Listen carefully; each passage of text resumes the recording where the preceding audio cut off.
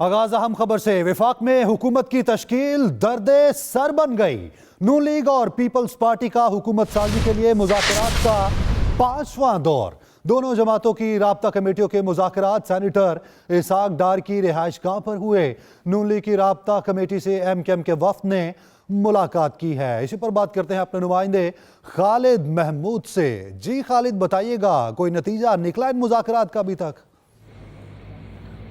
جی دیکھیں جی، حکومت سازی کے لیے جو سیاسی جماعتیں ہیں ان کے درمیان مشاورت کا یہ عمل جاری ہے، اور آج سب سے جو اہم ملاقات ہوئی وہ پاکستان مسلم لیگ نون اور پاکستان پیپلز پارٹی کے درمیان تقریباً 3 گھنٹے تک یہ مشاورت کا عمل جاری رہا، جس میں ایک وقفہ کیا گیا اور فیصلہ کیا گیا کہ 10 بجے دونوں جماعتیں جو ہیں وہ دوبارہ ملاقات کریں گی، اور اس دوران جو ہے وہ اب تک جو پیش رفت ہوئی ہے اس میں جو تمام چیزوں کا جن پارٹیوں نے دونوں پارٹیوں نے اتفاق کیا ہے اس بارے میں پارٹی قیادت کو آگاہ کیا جائے گا۔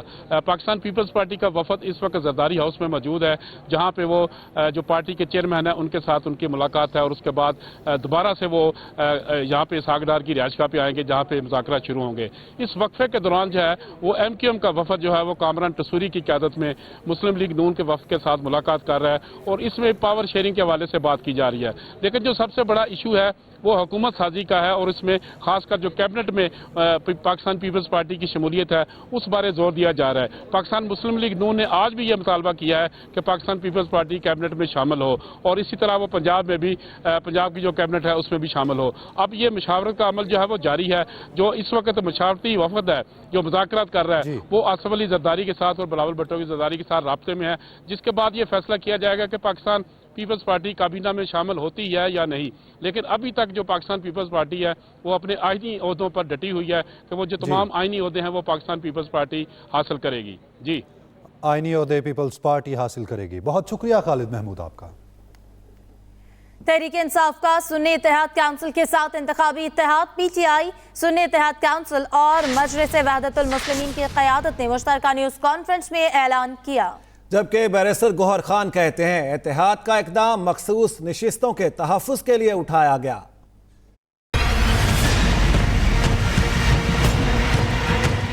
ہمارے نیشنل اسمبلی میں چاہے وہ وومن یا نان مسلم سیٹ ہے، چاہے وہ پنجاب یا کے پی کے اور دوسرے صوبوں میں ہیں، الیکشن کمیشن سے ہم وہ باضابطہ طور پر درخواست دے کر کے مطالبہ کریں گے کہ ہماری ریزرو سیٹوں کی ایلوکیشن ہمارے پارٹی اسٹرینتھ کے مطابق، قانون کے مطابق وہ ہمیں ایلوکیٹ کرے۔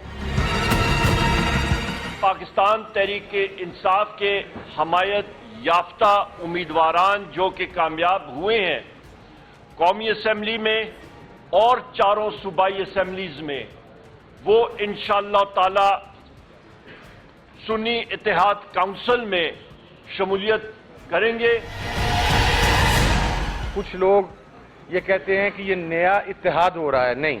پاکستان تحریک انصاف، مجلس وحدت المسلمین، سنی اتحاد کونسل اور دیگر جو الائز تھے وہ گزشتہ 6-7 سال سے 8 سال سے پہلے ہی ایک اتحادی کی صورت کے اندر موجود ہیں۔